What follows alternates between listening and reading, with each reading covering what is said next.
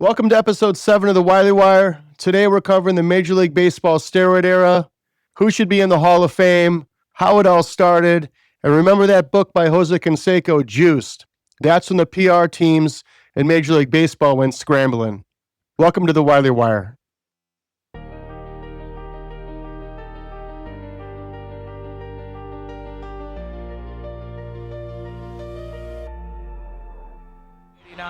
I know we played him again in August. He's at 390. To make a move like that, he was going to do it. On the Field of Dreams, a giant anti-climax. Yes, the baseball season is over. The 94 strike ended the baseball season in August, cutting short Gwen's run at 400. What a country, huh? Hi. Hi, everybody.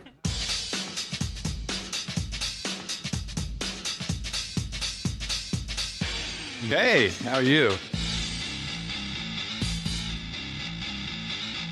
Let it be happy. 1, 2, 3, go!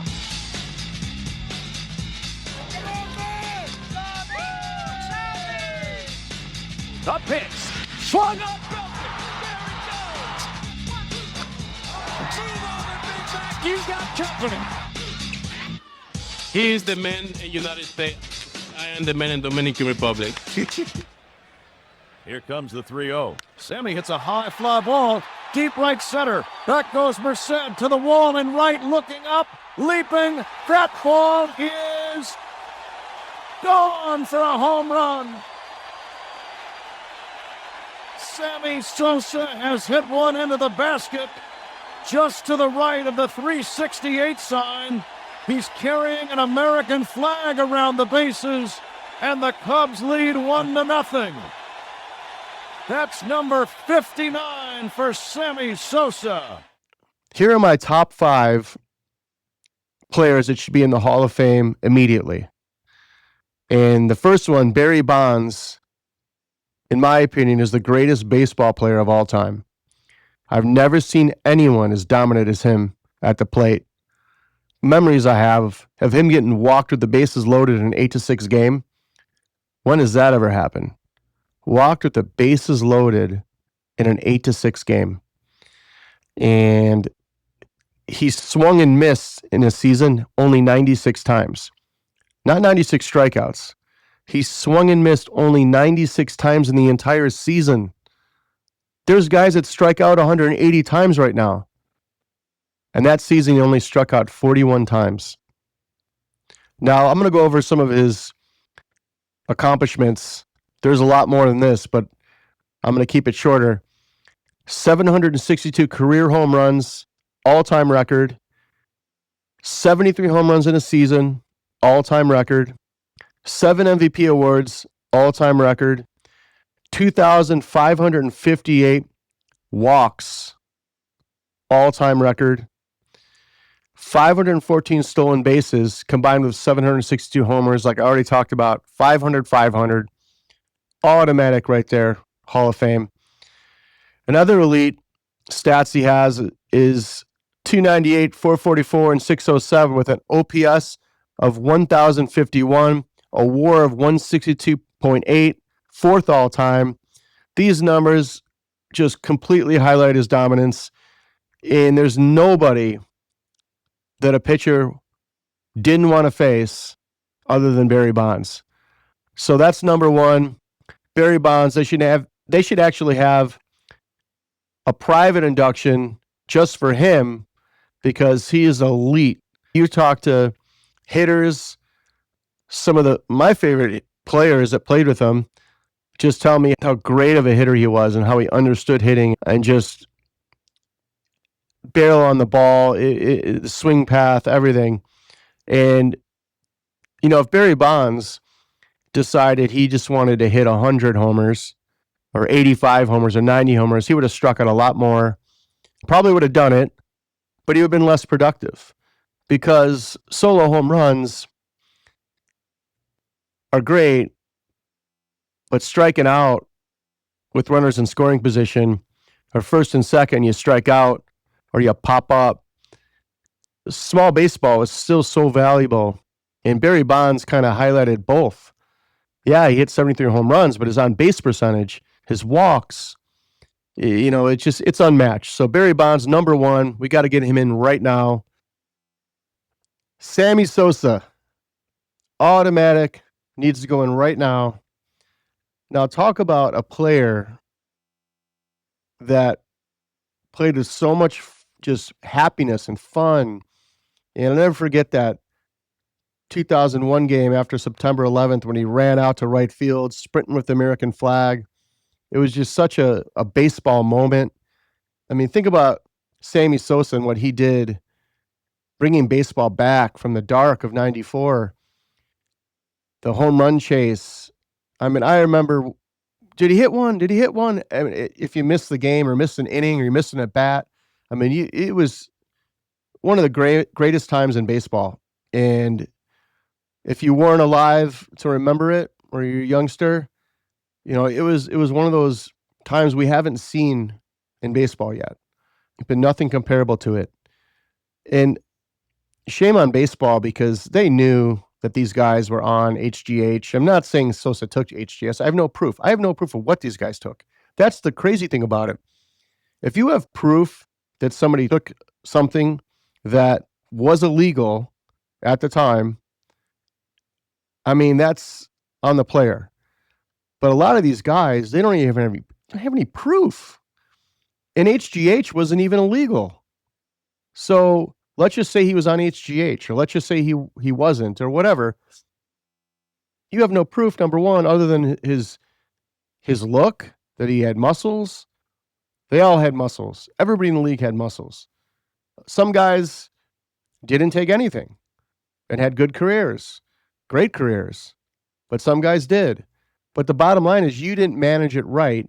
So you can't say this guy's in, this guy's out. Sammy Sosa, you owe a lot to Sammy Sosa and Mark McGwire because they brought baseball back. You turned the eye. You let the money come in.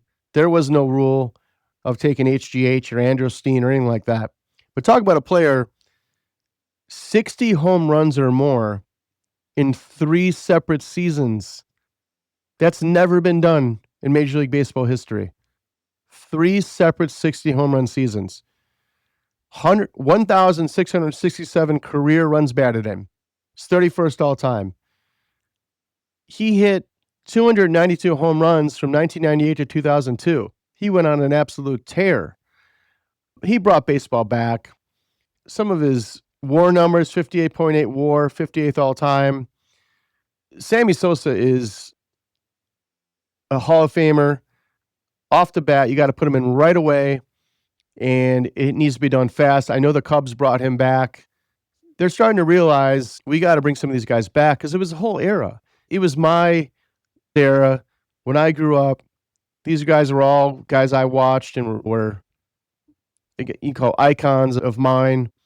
And since you didn't put in a steroid rule till 91 and then did not do any testing and then have HGH be legal, Androstene legal, all that stuff, and then all of a sudden criminalize these guys afterwards and tarnish an whole era was the worst thing that could possibly done.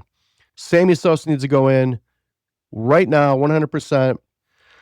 Roger Clemens needs to be put in the Hall of Fame immediately.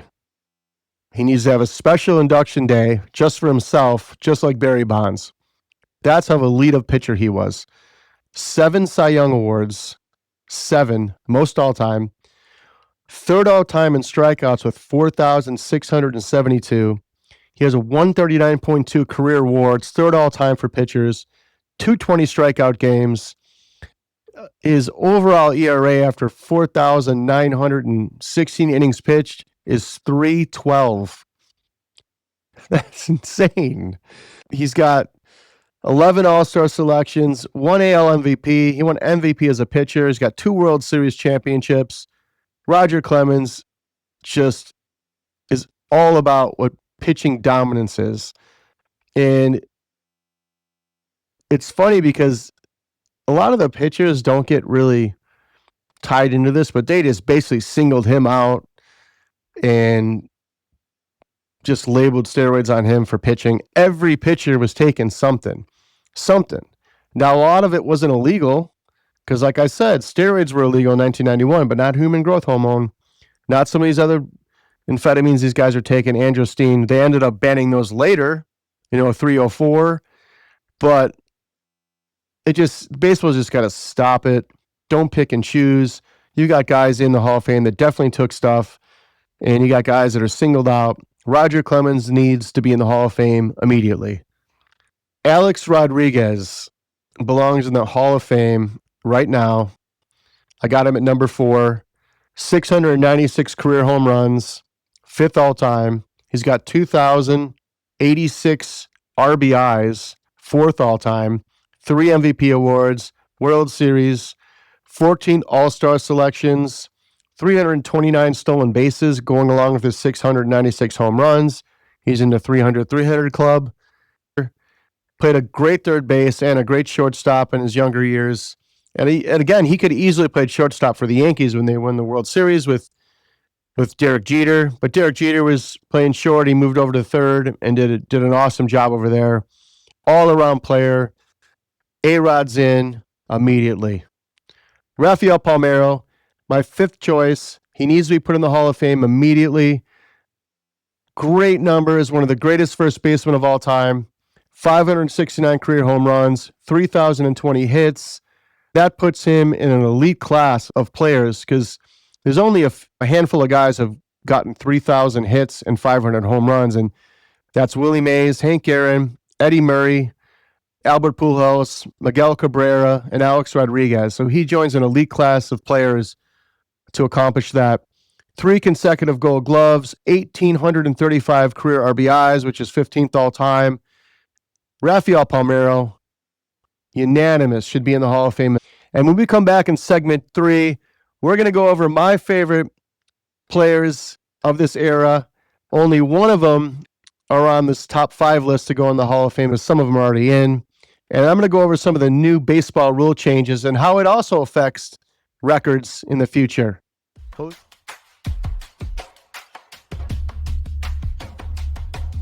My top baseball players, one I mentioned already on the list that needs to go to the Hall of Fame, but number 1, my favorite, is Ken Griffey Jr. 630 career home runs, 7th all-time, 10 Gold Glove awards. He revolutionized how center field's played. Just his style, the acrobatic catches, never seen anything like it. He just was just the greatest athlete out in center field that I've ever seen. 13 All-Star selections, 56 home runs back-to-back. The only 2 other players to do that were McGuire and Sosa. He had an 83.8 career WAR, but just the style he brought to the game too, the high tops, the low pants, hat backwards in the All-Star game. Ken Griffey Jr. was just unbelievable for baseball, and then especially when he played with his dad on the Mariners, senior and junior. It just awesome. Ken Griffey Jr., though, definitely my favorite.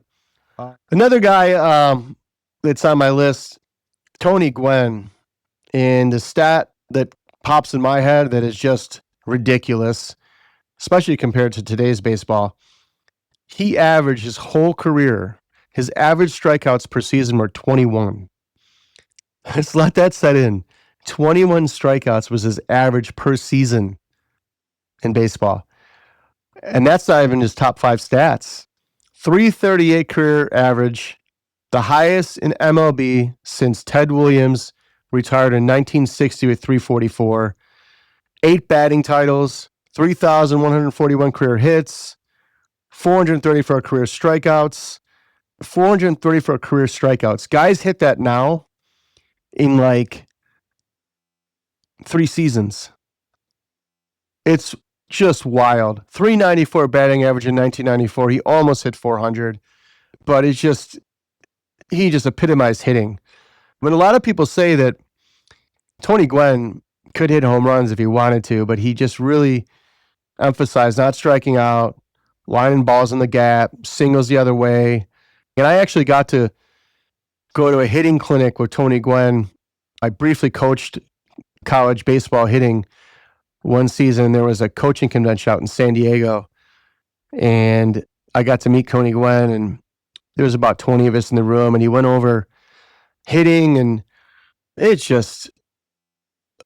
was just a scientist at hitting, bringing the knob of the bat through first, also letting the ball get deep in for a opposite field hit.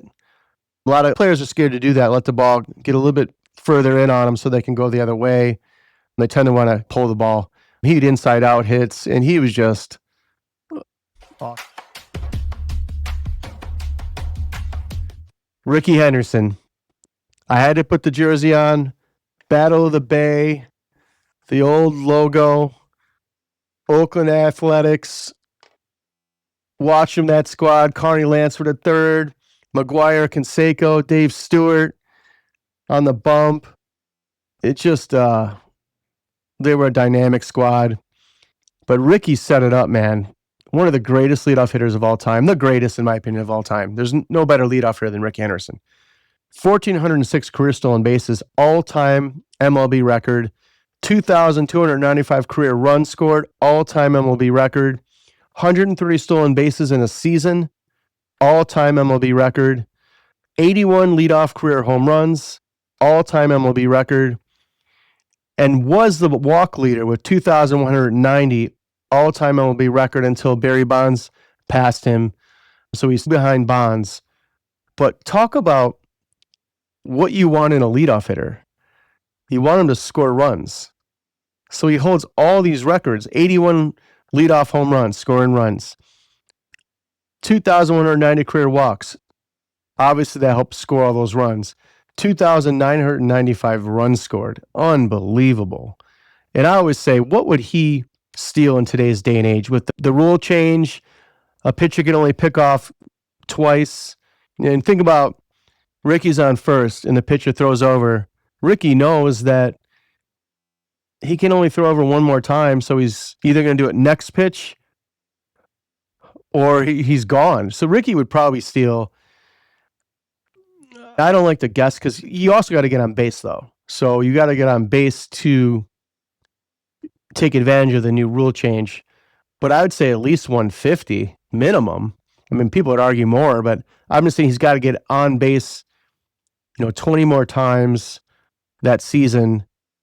So it's all about how many more times could he have gotten on base. Or you take all the times he got thrown out, those are automatic stolen bases. But I don't understand how these guys in today's day and age don't take advantage of this, because you should be stealing way more bases. But I know it's the strikeouts that are limiting this. You get a guy with base stealing speed, 2 strikes, he's swinging out of his shoes, striking out. I mean, 200 Ks in a year you're seeing, 180 Ks in a year, 150. Can't strike out that many times. If some of these guys would just get on base, their all-time stats would just skyrocket. Their stolen base numbers would just go up so high. And just recently, like Acuna, a guy got 30-30. It's so doable now because it's easier to steal bases. So these records should be challenged, but I still don't see Ricky Henderson's record of 1,406 career stolen bases getting broken, because the game just is not revolving around stolen bases. It's trying to get to that point. It's trying to go back to a little bit of small ball, but if you don't cut down these strikeouts, it's never going to get to that point because these guys just aren't getting on base enough to take advantage of the rule. But Ricky Henderson, unbelievable player. Rip Ricky.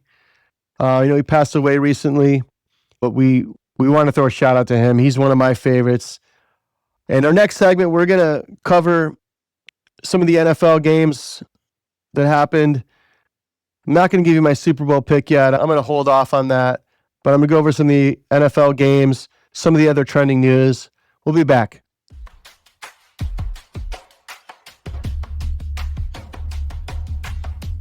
That's a wrap for Wiley Wire episode 7. I'm going to touch base on the unfortunate death that occurred in Minnesota. I don't know too much about it. I usually let 72 hours kind of settle in and see more of the video come in, kind of research the person that died, and I'm still getting some of the information, but from what I've seen so far, he seemed to be just an emotionally driven person that was against ice. And he was a nurse. He was a public servant. Saw some good things online about him.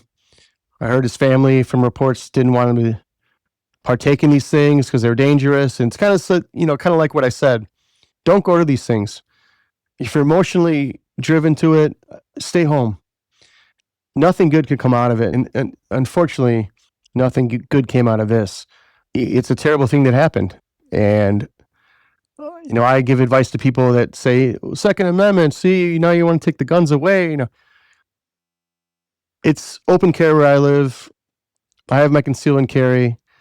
But the bottom line is, I would never bring my gun to a protest, especially one that has already been violent.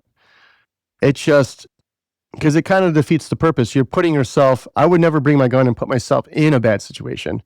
I would bring my gun, have my gun on me in case a bad situation happens, but I wouldn't bring it to a protest.